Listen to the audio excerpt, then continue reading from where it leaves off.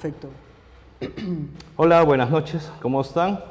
Como todos los jueves, estamos desde Umbrella Studios y hoy día nos acompaña Ana de Orgos. Ana, ¿cómo estás? Hola, ¿cómo estás? Muy bien, llegando a Nueva York hace unos días, Sí, correteando acá en Lima. corriendo en Lima. Sí. ¿Por qué estás corriendo en Lima un poquito? Bueno, siempre correteo en Lima porque vivo en Nueva York y cada vez que vengo por poco tiempo. O sea, generalmente vengo unos 15 días, una cosa así, y siempre el trabajo está incluido, siempre hay algún proyecto que estoy haciendo. Bueno, después está la vida social, la vida cultural y la familia, ¿no? Nunca paras, pues, ¿no? Y no hay suficiente tiempo para hacer todo lo que uno quiere. Entonces te hemos robado un espacio precioso de tu vida.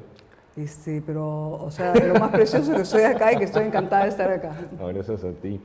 Estábamos viendo al principio un video, antes de conversar, de el pasacalle que tienes de tus vírgenes urbanas. ¿Ese proyecto dónde nació? Ese proyecto nació alrededor del 2004 más o menos, en que yo quería trabajar con estos objetos históricos que son los cuadros coloniales, porque me atraían mucho. O sea, es la iconografía con que todos crecemos, y a unos le hace clic y a otros no, ponte, ¿no? Pero quedan dentro de nuestra memoria colectiva. Exacto, entonces me interesaba mucho la parte histórica, no la parte religiosa, porque todos los cuadros de esa época eran religiosos, pero a su vez eran objetos históricos. Y hasta que comencé a investigar un poco más las imágenes y en el momento en que puse una cara mestiza en una de las vírgenes, en ese momento... ¿Reemplazaste Sí. por Photoshop una de las Claro, caras? sí, exacto. Sí, Photoshop es el laboratorio. Ahorita. Sí, felizmente. Porque yo, o sea, al cuarto oscuro me emocionaba, pero no le tengo paciencia. En Photoshop. Es mucho más sencillo, es una plataforma más... No es que sea más sencillo, porque tienes que tener el talento para poder hacerlo, pero sí el hecho de estar viendo las imágenes y no necesariamente revelando cada imagen, esperar a que se seque para ver exactamente qué es lo que pasa en esa imagen. Entonces, mi experiencia en el cuarto oscuro fue, o sea, tuve que meter mucho de... Ya me estoy yendo a otro tema, pero No, tranquilo. Tuve que meter mucho de manipulación para sentirme a gusto dentro del cuarto oscuro y sentir de que yo era parte de la creación de la imagen. A pesar de que yo hubiese tomado la imagen, necesitaba tocar los materiales. Entonces rayaba negativos, cortaba fotos, o sea, hacía collages, y nada, así hice varias piezas así y pude sobrevivir el cuarto oscuro. Pero eso es básicamente con las piezas que hiciste en los corazones, ¿correcto? Exacto, sí, o sea, sí. Y bueno, las vírgenes... Creo que podemos pasar imágenes de las vírgenes, perdón. Dale. ¿No? Sí, para que nos vayas contando mientras vamos hablando. ¿Y las vírgenes? Bueno, entonces, cuando hice esa primera pieza, ahí ya decidí hacer las vírgenes con los cuadros que tenían la imagen de la Virgen. Como ese de ahí. Claro, exacto. Y entonces hice la serie con una mirada femenina realmente, y lo que hice fue una revisión de historia, o sea, los tomé como objetos históricos, una revisión de historia, y reemplacé las caras y parte de la iconografía que tenían por iconografía peruana, tanto de culturas antiguas como contemporáneo. Y ahora este objeto histórico habla de nuestra cultura y no de la del conquistador. Interesante. Entonces, porque siempre decía, bueno, sí son objetos históricos, pero no hablan de, No tiene no una hablan de entidad, nuestra una cultura, entidad ¿no? más peruana. O sea, bueno, sí es una entidad, es parte de la historia de la colonia, pero no es... Sí, pues, pero eran no puros hablaban de españoles. nuestra historia, hablaban Correcto. de la historia de otra cultura. Entonces yo decía, como que no me cuajaba. Okay. ¿Y esta serie cuántos cuadros son? Son 12 imágenes. Son 11 vírgenes y una invitada especial que es la Santa Rosa. Ya. Porque como que o sea, no quería dejarla fuera, me pareció, y nada, fue, como te digo, invitada especial y la incluí dentro del trabajo. ¿Y todas las pinturas son pinturas de una escuela cusqueña? Todos son de la escuela cusqueña, sí. Okay. ¿Y estos cuadros originalmente están en la compañía de Cusco, tal vez? No, estos cuadros, la mayoría de los cuadros originales, realmente los fotografié en el Mali, en el Museo de Arte. Ya. Exacto. Entonces has fotografiado primero los cuadros de ahí. Y de ahí ya hice el escaneo y de ahí me recorrí algunas partes del Perú, entre Cusco, Trujillo, diferentes partes de Lima. Fui un poquito más al norte a Chiclayo y de ahí recolecté fotos, tomé fotos a diferentes personas y objetos históricos y que fue lo que incluí después en el trabajo, ¿no? Con alguna de las mujeres les tomaba la foto donde subiesen, o sea, les conversaba sobre el proyecto, mira, hay esto, y nada, o sea, sería genial que seas parte del trabajo, que eso vas a inspirar al Perú.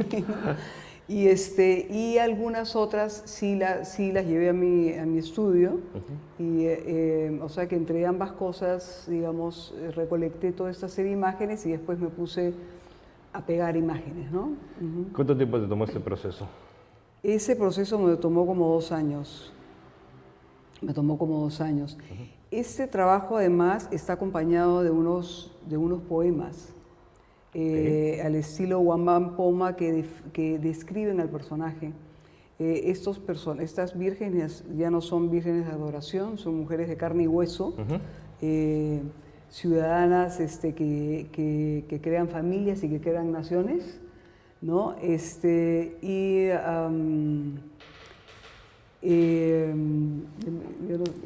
me he quedado un poquito...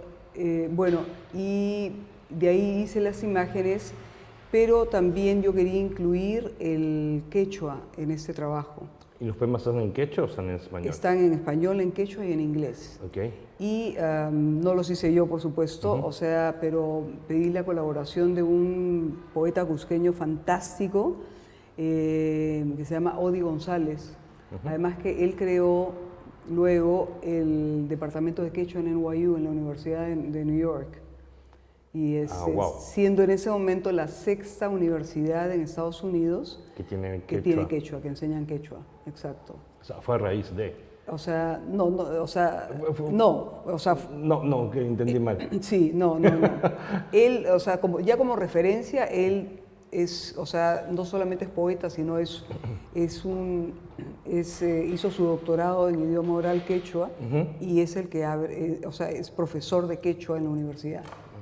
Sí, o sea que digamos que nuestra cultura va avanzando, va recorriendo, ¿no?, el mundo a través de esos... Bueno, de los poemas y de sus fotos. También, ¿no? Sí, también. Y bueno, de esa manera se incluyó el quechua en el trabajo, que habla de cada personaje. Entonces, para mí cierra el círculo. Perfecto. Sí, o sea, realmente... Es una nueva identidad de cada cuadro, ¿no? Exacto, sí. Y ahora, este trabajo viene... Cuando hice la muestra, la primera muestra, la hice en el Museo Inca, en Cusco. O sea, pensé, ¿cuál es el sitio más histórico del Perú? Cusco. Entonces dije, nada, me voy desde Nueva York a Cusco y hacer la muestra ahí es lo que tiene que ser. Tenía que ser. Exacto, claro. ¿no? Y entonces la muestra la hice, no quise encerrarla en una de las habitaciones, sino que la hice en el patio, estos patios de arcos que hay muchos en Cusco, pero en el patio del museo, entonces la puse entre los arcos. Y eran grandes entonces. Eran piezas de tamaño natural y las imprimí en canvas. Como cuadro. Como cuadros, pero cuadros también tipo banners. En realidad era una mezcla entre ambas cosas. ¿Por qué? Porque lo podías enrollar, te lo llevabas Y esa es la ¿Y manera... alguna se perdió? ¿Ah? ¿Algunos se perdió? No. Bueno, hay algunas que se han perdido en el camino, digamos, No, pero me refiero en... como heridas de guerra. Ya. Pero ¿por qué? Porque después de que hice esa muestra, o sea, decidí de que esta muestra tenía que recorrer, o sea, tenía que recorrer el Perú. Y que tenía que ir a pueblos y ciudades, ¿no? Es por eso que nace esa idea de las chicas andando con los banners, con las impresiones de los cuadros, caminando por las calles y de los pasacalles. También, o sea, ¿fue a raíz? Lo que pasa es que es o sea, paralelo a la muestra en cada sitio, yo trato de hacerla en un sitio público para que sea asequible al público. Correcto. Porque sabemos de que el grosso del público no entra así nomás a una galería, pero sí a un espacio público. Correcto. Entonces, es más invitador. Y paralelo a eso, me trato de conectar con los artistas locales. ¿De dónde está la muestra? De donde está la muestra, y les pido su colaboración para que me ayuden a llevar las piezas, que son unas piezas dobles, digamos, que he hecho, que uno se la pueden poner como capa, digamos, una especie de chaleco capa, y entonces salimos con las piezas a recorrer las calles, espacios públicos, y para que las piezas salgan a visitar al público, y que es donde realmente deberían estar, en las calles, ¿no? O sea, el arte perderse a las calles debía ser no tan elitista, es lo que me quieres decir. También, exacto. Y para mí es una forma, yo saqué esta información de la calle, y es una forma para mí de devolverla, es un pago a la tierra, ¿no? ¿Qué hago? Y mira, ya son como 35 sitios donde esta muestra se ha exhibido acá en el Perú, o sea, entre pueblos y ciudades, y bueno, y seguirá recorriendo el Perú, y nada, cuando tengo 80 años, van a decir, sí, Ana pasó por acá en un burro con todas sus piezas. Y o sea, lo genial es que como están hechas en canvas y son, o sea, no están, claro, no están enmarcadas, las enrollo, o sea, están en 2 tubos. En una va la muestra, en las otras las capas, por decirte, y entonces llega a un sitio, sacan, desenrollan, pum, un clavito, pum, ahí está la muestra puesta con los poemas y con el texto. Entonces, digamos que en un par de horas tienes la muestra puesta. Montada, de ahí se vuelve a enrollar y a la siguiente parada, ¿no? ¿Y ahorita dónde están? Están en Cusco, creo. Ahorita están, realmente ahorita están en el convento de Santa Catalina. En Arequipa. Exacto, ¿ya? Sí.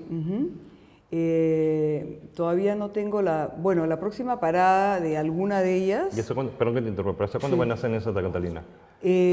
Van a estar, me parece, hasta diciembre. Sí, o sea, porque iban a estar noviembre y diciembre, tengo entendido. Estuvieron ahí para el Hey Festival. Ok, claro. Sí, exacto. Bueno, nada, fue fortuito de que estuviesen ahí. Coincidió en todo caso, ¿no? Exacto, sí. ¿Y la próxima parada no lo tienes?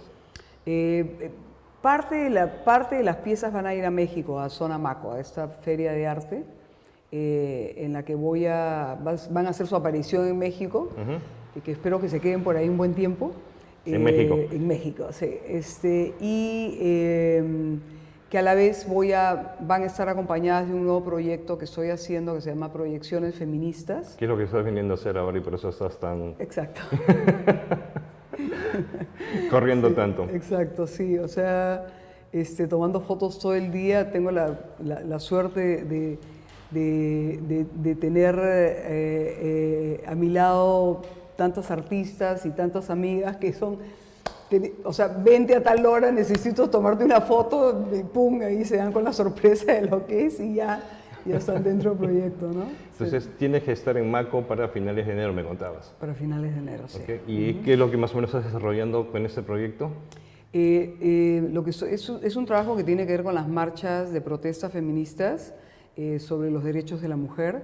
Entonces, en una forma para mí de seguir llevando la conversación para que se extienda, digamos, lo que estoy haciendo es agarrando fotos del internet, de fotos de marchas o también de posters con los slogans, digamos, y los proyecto, comencé proyectándolos en las calles, en, digamos, donde fuese, me llevaba un proyectorcito y andaba disparando imágenes por aquí y por allá. Proyectando imágenes de... Exacto, proyectando imágenes.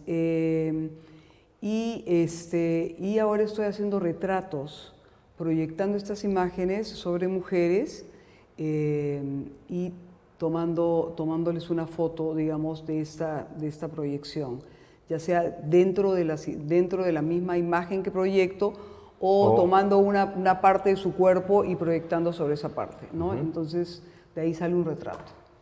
Entonces, va a ser parte de la instalación de lo que estoy haciendo para Sonamaco. ¿Y eso es parte de una pieza grande que vas a tener luego en agosto en el IBNA? Sí, exacto. En agosto voy a tener una individual en el IBNA, en la sala grande, que son palabras mayores. Es bien grande. Sí, porque llenar esa sala es, ¿no? Sí. Entonces, este nuevo trabajo también va a ser parte de esa muestra, ¿no? Okay. Bueno, ya lo veremos el IMA en agosto. El IMA en agosto, exacto. O sea, ya habrá un preview, digamos, de ese trabajo ya en las redes, ¿no? De cuando lo ponga en Sonamaco. Sí, pero no creo que estén... Para finales de México no creo que esté por México. Finales de enero no creo que esté por México. Yo que tú me apunto, porque sí, Sonamaco es súper interesante.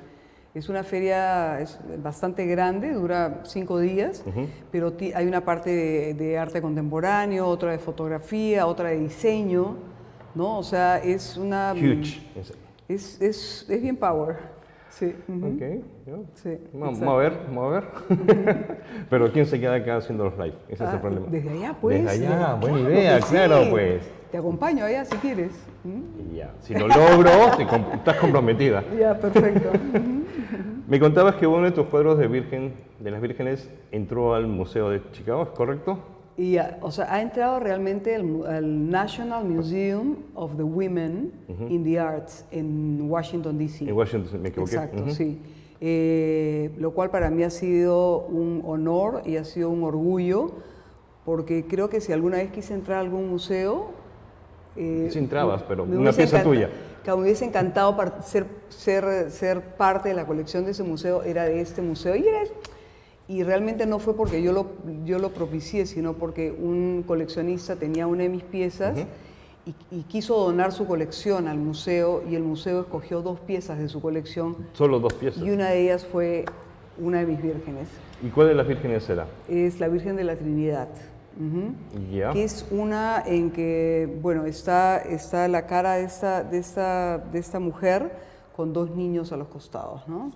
Esa no es. Para los amigos que nos están viendo, estamos buscando la imagen para que la puedan ver. Esa es la de Santa Rosa, ¿no? Que dentro de todo lo podemos ver. ¿No? Esa es la de Santa Rosa, la que hablábamos hace un momento. La Virgen de la Trinidad ahorita va a aparecer. Ahorita llega, sí. ¿Y esa pieza que está en el museo, qué tamaño tiene?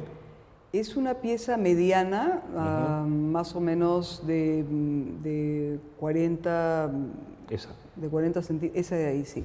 Linda más imagen. o menos de 40 centímetros de altura. No, 50 centímetros de altura, sí. Ahora, las piezas que yo uso de este trabajo para muestras, cuando muestro toda la colección completa, realmente son de tamaño natural, ¿no? ¿Tamaño natural llamas 1,80? ¿O el tamaño natural de las piezas No, originales? 1,80 será tuyo, pero mi tamaño natural es un poco más bajo. No, yo tampoco tengo 1,80. Tengo un poco, o sea, unos 50. Más o menos, unos 50 y tantos, ¿no? Una cosa así, exacto. Okay. Esa es la pieza que me dice que está en el Museo de Washington. Exacto, sí. Y paralelamente entró otra pieza tuya de los huacos.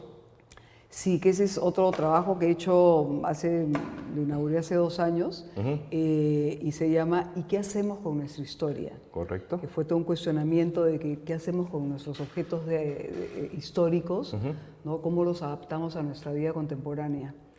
Y nada, recibí un mail hace unos meses del curador del arte de las Américas, del Art Institute of Chicago, que es uno de los museos más grandes de Estados Unidos. Recibí una carta, realmente diría que cariñosa, lo cual fue muy simpático. ¿Carta, no correo? No, perdón, un email. ¿No? Un email. No, me dije, qué rico recibir una carta. No, y fue muy agradable y nada, ya adquirieron una pieza y ya es parte, después de toda la burocracia que tiene cualquier pieza que va a entrar a un museo, ya ahora es parte de la colección del museo. Yo todavía no lo he sacado porque quiero dejar que ellos lo saquen, ¿no? O sea, que ellos sean los que anuncien. Es su pieza, es su nuevo hijo, y ya ellos lo tienen que anunciar. Hemos cometido una infidencia, creo. ¿Ah? Hemos cometido una infidencia ahora contándolo. Pero creo que no hablan castellano. Ah, o sea que... ya, sí, pero vamos a tachar los subtítulos. Ya, ok. Ya. ¿Qué buscabas con esta muestra? ¿Qué hacemos con la historia, no? O sea, uno de mis discursos, ¿no? Discursos, de mis conversaciones es la memoria histórica. O sea, siempre sentí de que no estamos completamente documentados en el Perú. O sea, no tenemos mucha documentación. Tal vez en los últimos 10 años es cuando ha comenzado a entrar con más fuerza, a entrar con más fuerza a documentar la cultura y a documentar el país, lo cual es fantástico. Pero realmente falta muchísimo. Y parte de ese cuestionamiento, de ese pensamiento que siempre he tenido, es el estar haciendo obras que están basadas en objetos históricos, ¿no? ¿Estos son huacos mochicas? Si no me equivoco. Estos son huacos mochicas. Entonces, utilicé el huaco mochica como símbolo para esta investigación. Esas imágenes que están ahí, ¿correcto? Exacto, sí. Tuve la suerte, les toqué la puerta al Museo Larco y les dije, quiero hacer una investigación visual sobre el huaco retrato, me encantaría trabajar con su colección. En esa época Ulla Holmquist, que es una visionaria, me abrió la puerta del museo y entré, armé un espacio ahí para fotografiar y conviví literalmente con los privilegio. huacos. No, fue una de las experiencias más maravillosas que he tenido realmente. Al final, al comienzo era el asombro de tener estas piezas y después era pásame a Pepito, pásame a José, pásame a tal, ¿no? Y ya yo misma pasé por la experiencia de lo que yo estaba cuestionando. O sea, cómo adaptarlos a tu vida contemporánea y verlos desde tus ojos contemporáneos, ¿no? Y sentir de que no son piezas de museo y que no son piezas que están metidas dentro de un libro tampoco, ¿no? Pasaste a fotografiar primero, pero esas piezas que están, supongo, lo que estamos viendo, esa pieza roja, son objetos ya. Claro, es que lo que hice diferentes géneros artísticos. Hice fotografía, hice collage, hice video instalación y obviamente eso nacía de unas esculturas, de unas cerámicas, entonces terminé haciéndolas objetos también, estos objetos. Y decidí sacarles los rasgos exacto, de la cara, con la intención de que el que mirase una de estas piezas sintiese que podía estar reflejado en la pieza, ¿no? Entonces, y asociarse más a esa imagen, ¿no? El proceso de identidad propia. Exacto, sí, como una apropiación, digamos. Es como la pieza que está de repente al lado izquierdo, derecho. Claro, la ¿no? pieza de metal en ese caso, metal, exacto. ¿no? Y si te das cuenta en esa imagen ahorita, el pasado, que es la pieza izquierda, se está reflejando en el presente. En el presente. ¿No? Entonces, también es el pasado el que se refleja en nosotros al final, ¿no? Que logré... Si en el pasado no somos nada, pues, ¿no? Es que sin historia no somos nada. Sin historia tendríamos que comenzar desde cero. Es como que tú, tienes a tu familia primero, ¿no? Correcto. Imagínate que no tienes familia, no tienes referencias. no eres nadie. No eres nada, O sea, ni nadie, o sea, nada. exactamente, ¿no? Entonces, de la familia, del álbum familiar, pasamos a, o sea, salimos a las calles y entramos a nuestra nación. Entonces, yo sentía que necesitaba rellenar el álbum familiar de la nación, ¿no? O sea, ante mí misma, como para completar mi identidad, ¿no? Entonces, eso es lo que hago realmente con el trabajo de memoria histórica que estoy haciendo y lo que hice con esta. Por decirte, en esta imagen que es el retrato del Huaco y tiene un sello. Exacto. Exacto. Hice estos sellos que son los IDs, el carnet de identidad que se usaba mucho antes y todavía se usa.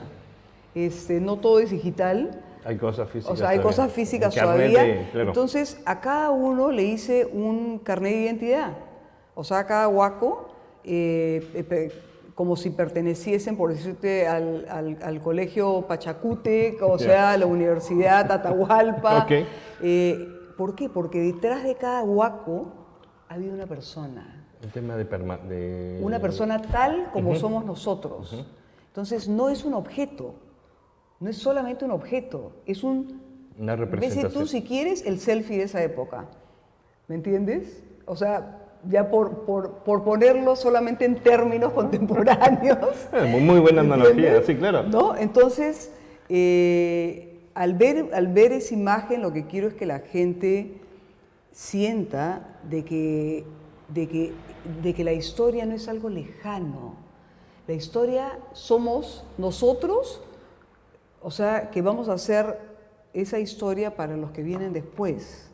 Entonces, y sin esa continuidad, si no conocemos nuestra historia, o sea, nos perdemos de ser, de existir. Identidad. No tenemos identidad. No tenemos memoria. Y creo que la forma más fácil de explicársela a un peruano, sin subestimar, digamos, es, o sea, todos adoramos nuestra comida. O sea, y estamos orgullosísimos ahora de que nuestra comida sea famosa en el mundo. Y cada día nos gusta más. Sí. Pero si no existiese historia, no tendríamos esa comida. Porque toda nuestra comida criolla y las de las demás regiones, o sea, está documentada en el tiempo.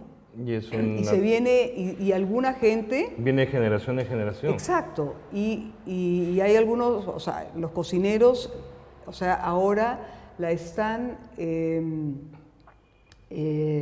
¿cómo se dice? La siguen llevando, pero ya la van alimentando con su propia experiencia contemporánea, con sus propios mezclas contemporáneas. Entonces sigue viva, la cultura sigue viva caminando, porque nuestra comida estaba pausada. O sea, no se comía en todos lados, se comía generalmente o en algún restaurante, en unos pocos restaurantes, o en los menús o en las casas. Correcto. En el momento que se lanzó, pasó todo esto. ¡Wow! O sea, ahora se come en todas partes. Correcto. Entonces, eso es lo que sucede cuando le hacemos honor a nuestra cultura. Y a la memoria. Exactamente. Okay. Nos pregunta, mucha gente se está preguntando, ¿qué tiene que ver lo tuyo con lo visual? Tú empezaste haciendo fotos.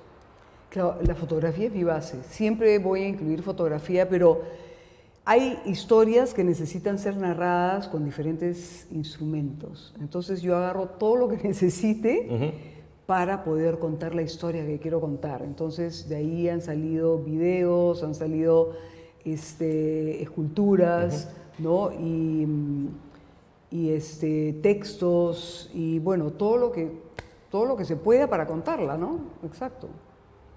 Súper. Dime, de esas piezas, ¿cuál fue la pieza que entró al museo? Entró uno de los huacos. ¿Uno de los huaquitos? Pero que está bañado en oro. Ya. Sí. Pero sin el reflector. Sin el proyector. No con el proyector. No con el proyector, no. Okay. ¿Esta serie es antes o posterior de tu proyecto de la princesa Inca? Es posterior. ¿Es posterior? Sí. El de la última princesa Inca ¿Es después de las vírgenes o antes de No, viene después de las vírgenes. Y es lo que le siguió a las vírgenes. Exacto. Cuénteme un poco sobre este proyecto. Bueno, este proyecto, cuando estuve investigando lo de los cuadros coloniales, el poeta que colaboró haciendo los poemas para las vírgenes, sí, él me hizo notar este cuadro, que es este cuadro colonial el cual inspiré el video, y es un cuadro que es el matrimonio de la ñusta Beatriz Clara Coya, que la casaron con el capitán Loyola. Martín García Loyola. Exacto, sí. Entonces, lo que yo hago es contar la historia, un poco que hay detrás del cuadro, a través de los ojos de la princesa. Es una reinterpretación tuya del cuadro. Es una reinterpretación mía del cuadro, exacto. Y entonces, en una forma de mostrando viñetes, digamos, voy narrando lo que la princesa tiene, digamos, lo que la princesa está recordando. De ese momento. Digamos, de todos sus momentos emocionales. Ya. ¿No? Y parte es el matrimonio, parte es la caída de Atahualpa, ¿no? La muerte de Atahualpa, o sea, la caída de su civilización realmente. También el haber sido un objeto de cambio, ¿no? Porque ella realmente fue entregada a este matrimonio, o sea, por una cuestión política. El virrey Toledo, o sea, fue realmente el que decidió. ¿Por qué? Porque este capitán Loyola fue contratado por el virrey Toledo para capturar al último inca, a Túpac Amaru I. O sea, cuando los españoles conquistaron toda Sudamérica, y conquistaron, o sea, comenzando por el Perú, hubo un grupo de incas que yo uso la palabra, apertrecharon en la zona de Vilcabamba. Y por más de 30 años estos incas estuvieron en esa zona y los españoles no podían entrar. Estaban resguardados. Completamente. Entonces, el último inca que quedó fue Túpac Amaru I, que él tenía entre 26 años por ahí, en que ya entraron como 500 soldados españoles y 1500 nativos, porque algo que tenemos que recordar es que los incas fueron los conquistadores de América antes que los españoles. Eso es correcto. ¿No? Entonces, digamos que cuando los españoles llegaron había una guerra civil acá. Entonces, bueno, entraron 2000 gentes, ¿no? Con caballos y todo, a agarrar al último inca.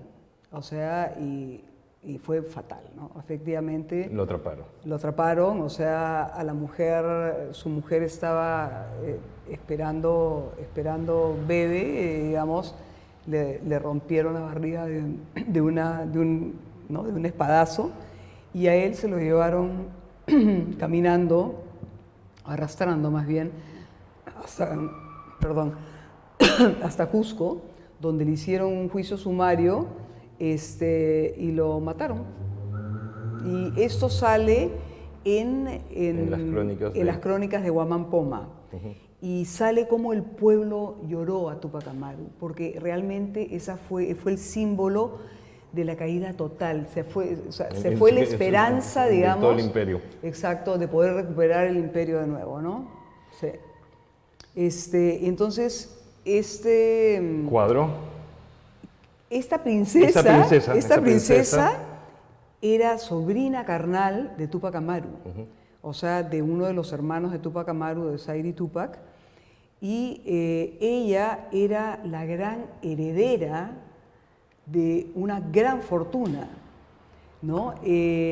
Entonces, el virrey Toledo, o sea, decidió hacer casar a la princesa con este capitán, que también venía de una cierta alcurnia, porque dos de sus tíos, digamos, uno era Santo Toribio y el otro, no recuerdo en este momento, pero era un filósofo realmente. Y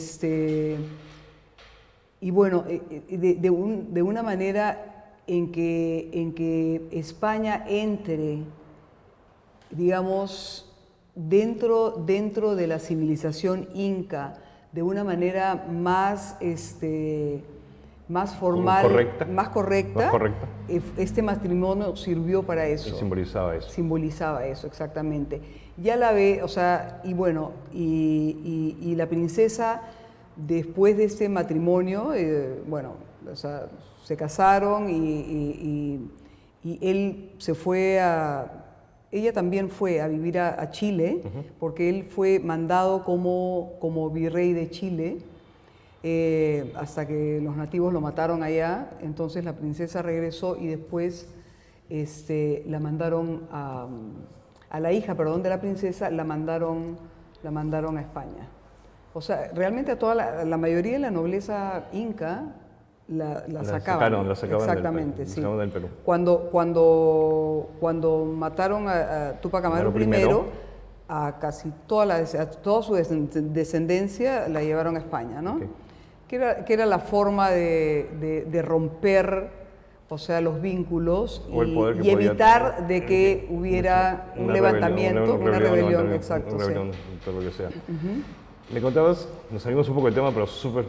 es que es conectar todo lo que veníamos hablando de la memoria, la identidad y todo lo demás. Exacto, que me parece importante... Es importante saber todo esto. Exacto, ¿no? Me contabas que ese cuadro también estuvo en el Museo del Prado, el único cuadro...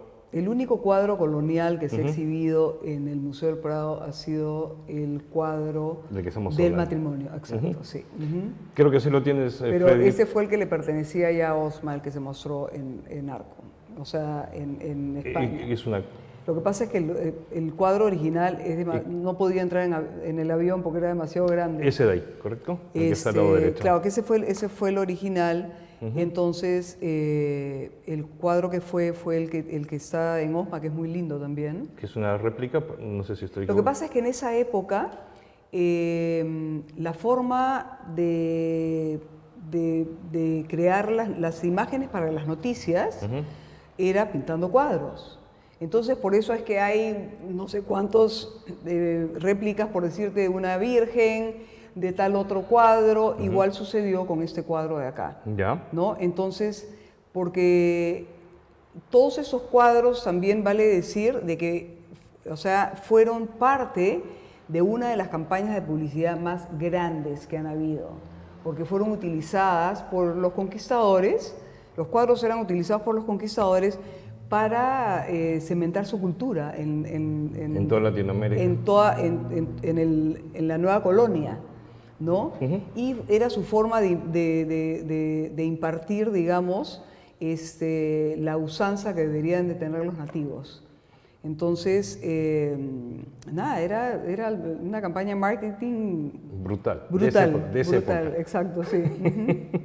De esto nace el video que antes nos pasaron mientras conversábamos, ¿correcto? En el cual tienes un performance con Silvia Falcón.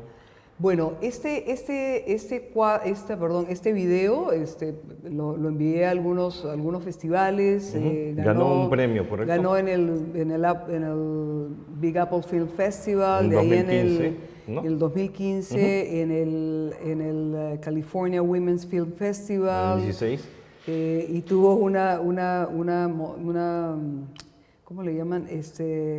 Una mención honrosa, sí, en el de Veracruz, en el Festival de Veracruz en México, lo cual para mí fue muy grato.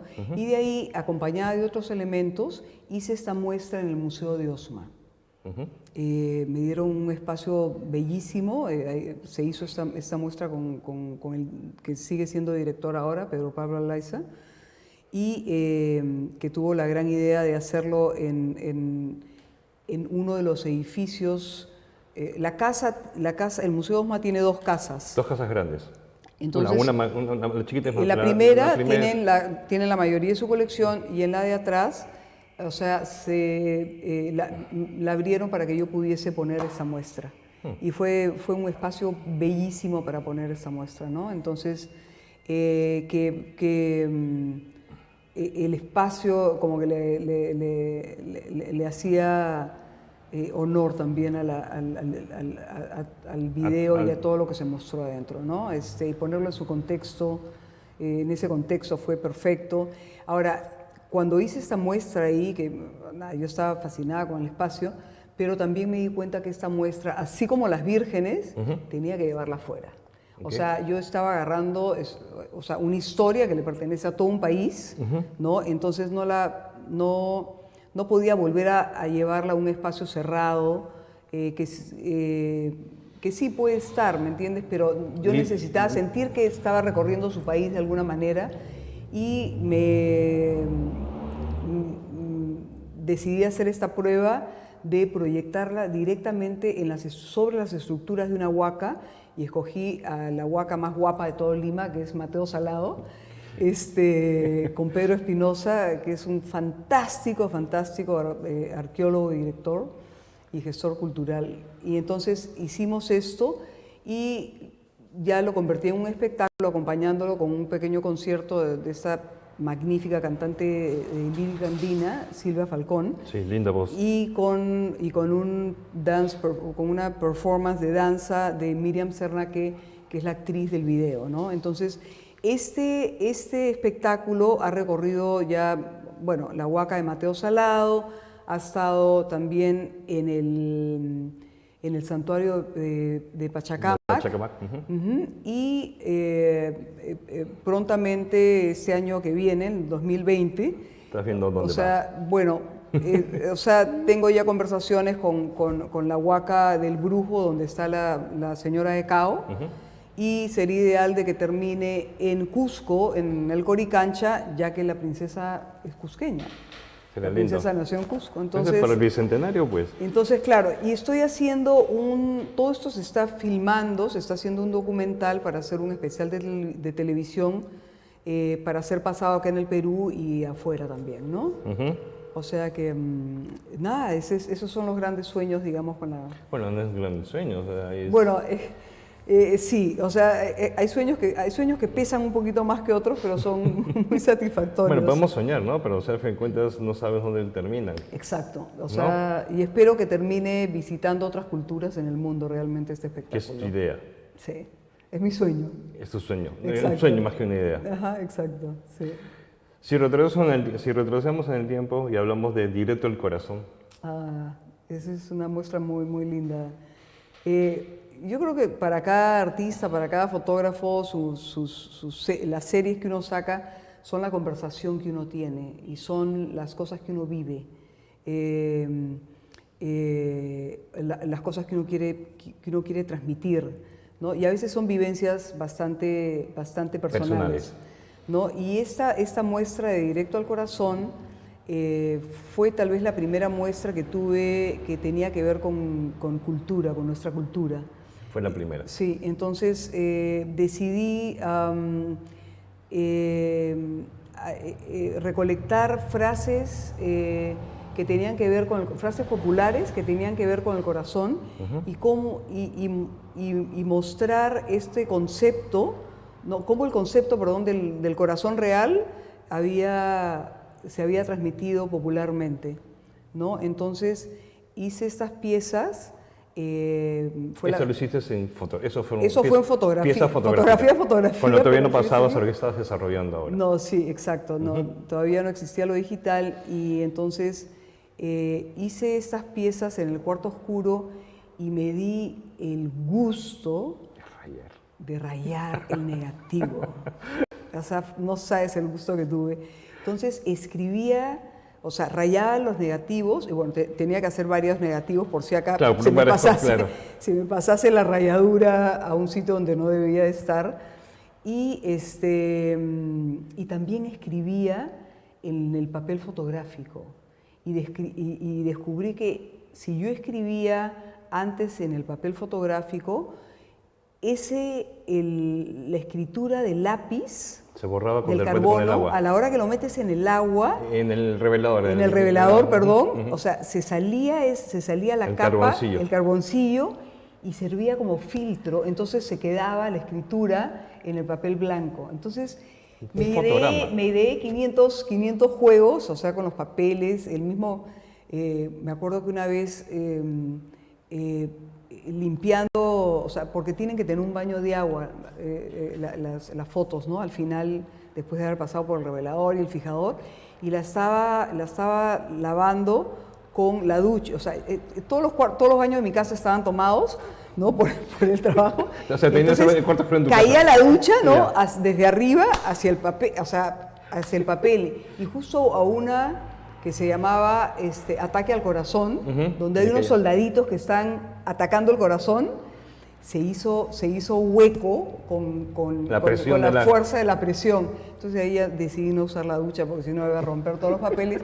Y esa ya dejé esas piezas para mi colección personal, ¿no? Son piezas únicas entonces. Son piezas únicas, sí. Ah, exacto. Salvo que están rayadas, pero o sea, son piezas únicas. ¿Cuántas hiciste de esas? Claro, porque de cada una, como las manipulaba, tanto en el negativo como en el papel, entonces varias de ellas son piezas únicas realmente, ¿no? Entonces, ¿cómo fue este paso de esas piezas únicas en papel fotográfico a lo que estás desarrollando a ti? ¿Fue un proceso en el camino? Bueno, el proceso fue que apareció lo digital. O sea, para suerte mía, de alguna manera, o sea... Como hablamos al principio. Porque, sí, volvemos al principio, porque yo no le tenía paciencia al cuarto oscuro. Me emocionaba, sí, porque aquí, en el momento que aparece la imagen en el papel, o sea, es una impresión que no se te va nunca. O sea, es como que nace algo. Entonces, ese momento es maravilloso, pero de ahí... Mágico de ahí es mágico, sí. De ahí probar cada foto, cada pedacito. Ay, no, tiene esta manchita acá, caray, voy a tener que volver a hacer un nuevo papel. ¿Y qué tal si le hubiese acentuado más un poquito los ojos o esta parte? Entonces, es la de nunca acabar. Y bueno, yo no le tenía tanta paciencia. Por eso era que manipulaba todo. Claro, pues manipulabas, revelabas, fijabas, o sea, revelabas. Claro, pero eso me mantenía fijabas. entretenida, ¿me entiendes? Porque realmente yo necesitaba sentir que yo era partícipe del nacimiento de esa imagen en el cuarto oscuro. No me bastaba solamente haber tomado la foto, sino que quería sentir la pieza. Entonces, nada, o sea, así nació lo de la manipulación realmente. Y después ya en lo digital ya manipulo de otras maneras, ¿no? O sea, nada, realmente ver la imagen que estás creando en ese momento. Nada, también es muy bello, no es tan bello como no es tan físico, pues, ¿no? Verla nacer en el papel cuando comienza a aparecer en el revelador. Esa magia no es lo mismo. Esa magia le pertenece al cuarto oscuro y es maravillosa. Pero bueno, por lo menos en lo digital no se te va tanto la paciencia. Ahora, te puedes quedar años también, o sea, retocando una imagen, pero ya es 40, 50 pero versiones. o sea, es un retoque, yo le llamo retoque de estudio, ¿no? Ya no es cuarto oscuro, es cuarto de día, pero es el mismo tipo de retoque, sino que con otros instrumentos, ¿no? Distintos. O sea, a no ser que ya quieras crear imágenes digitales, que ya eso es otra historia, ¿no? ¿Piensas que vas a migrar a eso en un momento dado? No. No, prefieres un físico igual, un lienzo en el cual... Necesito, o sea, sí, no, o sea, me interesa siempre ser parte de la toma, de la creación, de la toma que llega a la computadora. O sea, necesito ser parte de esa creación. Okay. Y tenerlo después físicamente. Y claro, después imprimirlo, o bueno, ya en video también, ¿no? O sea, sí, claro. que igual te emociona. O sea. Dentro de todo esto tienes un proyecto que se llama Muro Inca. ¿No? ¿De qué se trata ese proyecto? Bueno, esa que es parte de que nace de... El Muro Inca es una imagen icónica en el Perú y para mí nació porque en el cuadro de la princesa, el cuadro original está como que partido en el medio. Un lado nos muestra a los representantes incas y en el otro lado es la representación española. Y entonces, cuando yo hice el video, mi manera de representar ambas cosas, ¿no? Ambos lados, fue mostrando, hice un video en animación, o sea, era este muro inca con la piedra de los 12 ángulos que temblaba y sonaba como temblor. Y entonces mi idea era de dar la sensación de que algo fuerte estaba sucediendo, rompiéndose, quebrándose en la civilización inca, porque los muros incas son conocidos por ser tan sólidos, ¿no? Entonces, si temblaban, ¿no? Y sonaba este temblor, era algo fuerte tiene que estar pasando, ¿no? Entonces, de ahí seguí utilizando el muro inca, por decirte, hice un rompecabezas virtual interactivo que estaba en la muestra también, o sea, en una computadora. Y entonces venían los niños, que eran los más rápidos de todos, te aviso, y agarraban las piezas, zzz, ¡pum! Y entonces las ponían, encajaban, y en el momento en que encajaban, había el sonidito tarán, ¿no? O sea, como que has encajado, y esa piedra, que era color piedra, se convertía en color oro, ¿no? Que era un símbolo de que, o sea, has ganado al... Perdón, me olvidé de decir un detalle. Cada pieza tenía una pregunta. No, ese era el puntaje. Porque, o sea, cada pieza tenía una pregunta y en el momento en que encajabas su pieza encima, salía la respuesta y ahí era que se convertía en oro. ¿No? Entonces era un juego educativo. Aparte de eso, también he hecho, utilizando esta geometría inca, saqué el año pasado hice estas piezas en las cuales está en... Esas piezas, incluí, las que estabas viendo en antes, creo que las volvemos a poner, sí, Freddy. En esa geometría inca incluí... ¿Esas de ahí?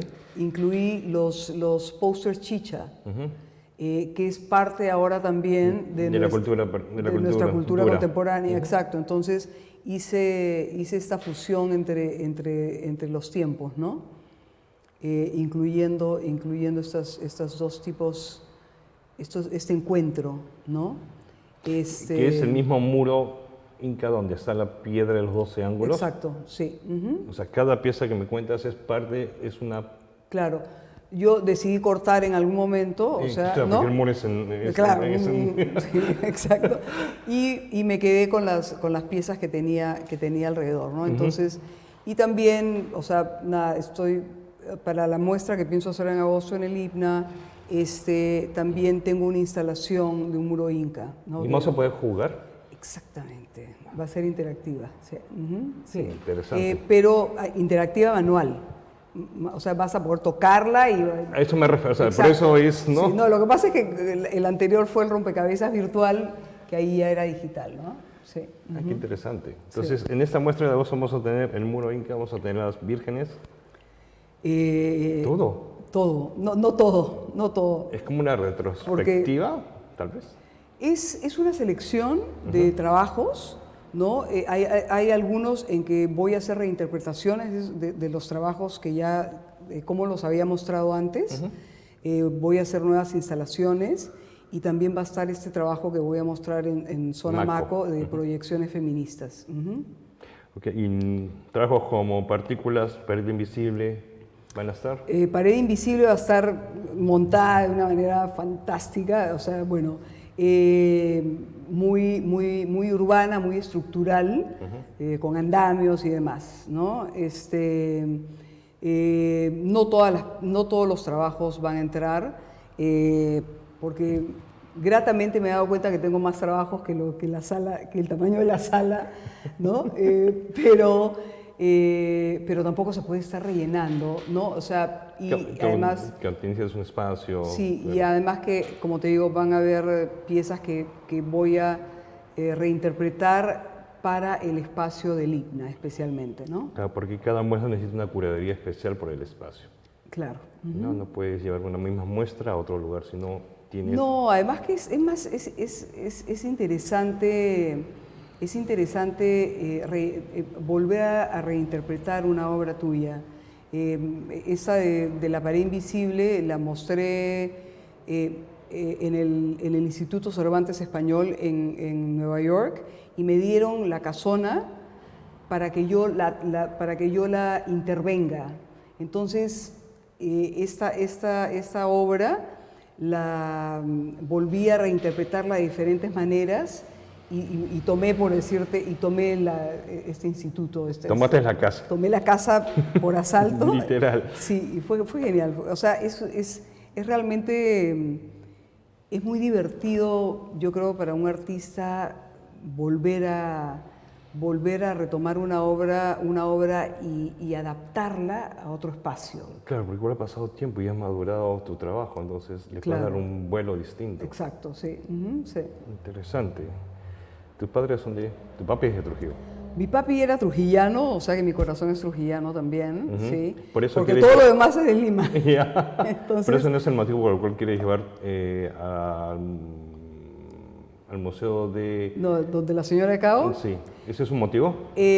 No, me agrada de que esté en Trujillo, pero obviamente es importante, o sea, el trabajo de la princesa es un trabajo que tiene una mirada femenina y ya que, o sea, me parece importante incluir dentro de este trabajo que ha visitado espacios, digamos, que son o tienen nombre masculino o tiene ambas energías, como Pachacamac tiene tanto la energía femenina y masculina, después el Coricancha, ¿no?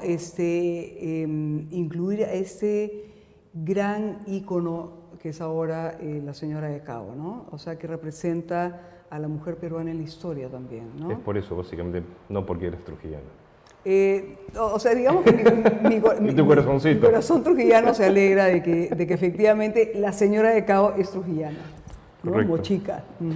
¿Tu madre influyó mucho en tu perspectiva como artista? Tanto mi madre como mi padre. ¿Pero los dos de buena manera? De muy buena manera. O sea, realmente mi padre era un tipo que se dedicaba a la tierra, era agricultor. Tenía una hacienda en Trujillo y la familia también antes tenía tierras. Y mi madre era compositora y mi madre le compuso a todo el Perú, ¿no? Entonces, yo a través de sus recorridos y de sus canciones y de sentir la tierra, ¿no? Aprendí a querer al Perú. Y ya después, ya yo grande, o sea, ya me fui yo a recorrerlo también por mi cuenta, ¿no? Entonces, o sea, y la música realmente ha hecho muchísimo, ha influido mucho en mi querer al Perú. O sea, porque realmente la música es el gran documento que tenemos del país. O sea, los compositores son los trovadores que van recogiendo toda esta información de este país. Toda esta historia popular. Exacto. ¿No? Entonces... y se vuelve verso, se vuelve popular y se vuelve parte de la memoria colectiva. Exactamente. Entonces, o sea, yo soy peñera por naturaleza. Es lo que te voy a decir. Sí. Entonces, nada, o sea, siempre que puedo visito una. Inclusive tengo un trabajo que tiene que ver con la música criolla, ¿no? ¿Ya? En el cual, o sea, tomé fotos a diferentes peñas, pero aparte puse las letras, o sea, hice estas letras bordadas. Ya, pero es un trabajo de los primeros. No, tiene unos ¿cuántos años tendrá? Espérate. Eso no lo he visto. Ahí pequé de... Sí, ahí no te investigué está en mi página web, pero no podíamos incluir todo. Pero sí, son las letras bordadas en hilos metálicos de canciones peruanas, que para mí son himnos, ¿no? Qué lindo. Sí, o sea, yo creo que la música es realmente el himno popular, que se canta más que el himno nacional. Entonces ahora entiendo esa historia que me contabas, muy particular de cómo conquistó tu papá, tu mamá, ya entiendo por qué pasó. O sea, las serenatas, o sea, te contaba que mi padre le dio serenatas a mi madre por 3 meses seguidos. Sí, es lo que me contabas. Se iba con su trío, ¿no? Y él cantaba o el trío cantaba mientras él, o sea... En Trujillo, pues, que le daba un balconazo, una cosa así. No, lo hizo acá, en Lima. Ok, ya. Y de ahí se desapareció, se regresó a Trujillo mi papá, porque nada, pues, digamos, hasta que mi mamá fue detrás de él, ¿no? Y así fue como le enamoró, ¿no? Qué lindo. Sí. Tenemos comentarios de José Alejandro Yaque Pajares. Ya, sí, es un amigo. Qué maravilla escucharte y verte. Los retablos de mis chiquitos es lo máximo. Anita, te estamos perdiendo, quédate en el Perú, carajillo. Ese ha sido un trago muy rico. El carajillo es el... Carmen Correa manda saludos, qué linda entrevista, felicitaciones Ana. Ah, qué linda, gracias. Gracias Carmen, gracias Pocho. Y no tenemos ninguna pregunta, creo que la gente se ha quedado un poco anonadada con toda la historia que nos estás contando. Sí, creo que sí, ha habido un montón ahí de información. ¿Tu trabajo dónde lo podemos ver? ¿En tu página? Mi página web, o sea, ahí tengo la mayoría de mis trabajos, anadeorbegoso.com y pum, entras a mi página web. Exacto. Básicamente la página web, no Instagram, no Facebook. Bueno, en Facebook también algo se puede ver, la princesa tiene su página, o sea, tiene su página de Facebook, las vírgenes también tienen su propia web, ¿no? Porque es un trabajo ya que es más amplio. Después, o sea, no me meto tanto a las redes sociales, me meto, pero no tanto, porque no tengo tiempo. Bueno, es que simplemente te metes, como me dices, para comunicar algo concreto, ¿no? Claro, exacto, sí. ¿No? Y por ahí nada, una miradita de vez en cuando para ver cómo están los amigos, qué es lo que están haciendo, que fue básicamente por lo que me metí a Facebook, para ver cómo estaban mis amigos en Perú y lo que sucedía con el ambiente cultural, ¿no? Sí, bueno, es que has parado tu mitad de vida fuera de Perú y ahora paras, ¿qué? 6 meses afuera y 6 meses acá. No, paro más tiempo afuera. O sea, realmente vivo fuera, vivo en Nueva York y vengo acá 15 días si me ligan 3 veces al año es fantástico. Bueno, esta vez te ligó 4, creo. Esta vez me ligó 4, sí, he trabajado duro por esa 4ª visita, pero valió la pena. Ana, pasó 1 hora. ¡Wow! No lo creías, pasó increíble, 1 hora. Sí. Increíble, todo rico. Nada, ha sido un gusto y la verdad que me he sentido súper cómoda de estar conversando contigo. Eso es bueno, yo también. O sea que nada, te agradezco ese detalle y nada, me ha encantado estar en el programa. Está por ahí Freddy y César. Exacto, Freddy y César, muchísimas gracias. También me han dado esa familiaridad y nada, gracias Facebook por escuchar. Y nada, o sea, cuando salga la muestra, te podemos invitar, si se me ocurre a mí, iré pues a México. Ya está medio comprometido, pero vamos a ver si liga. Bueno, por ahí quién sabe, y si no, pues si no para agosto. Sí, para agosto. Gracias realmente por tu tiempo y por estar acá. Ok, querido. Señores, gracias. Nos vamos. Gracias por su tiempo. Fíjate que tenemos un sorteo del estudio que se nos va yendo. Pregunta que volvemos con un sorteo de 15 minutos. Ok. Hay un aviso de la gente de Umbrella que nos acoge acá para hacer los lives todos los jueves. Me dicen que el sorteo que está prometido sale en 15 minutos. Volvemos en vivo de nuevo en 15. Y bueno, a mí me toca solamente agradecer de nuevo a Ana. Muchas gracias. Gracias por tu tiempo porque te has estado pues súper complicado con la agenda y te he robado así. Pero ¿sabes qué? O sea, los felicito por difundir la fotografía. Realmente en la última década el Perú ha producido una cantidad maravillosa de fotógrafos. Eso es correcto. ¿No? Y es importante que el resto del Perú los conozca porque son los historiadores visuales. O sea, que no se pierdan el trabajo de un fotógrafo. Sí, correcto. Gracias, Ana. Bueno, señores, nos vemos el otro jueves. Chao, chao.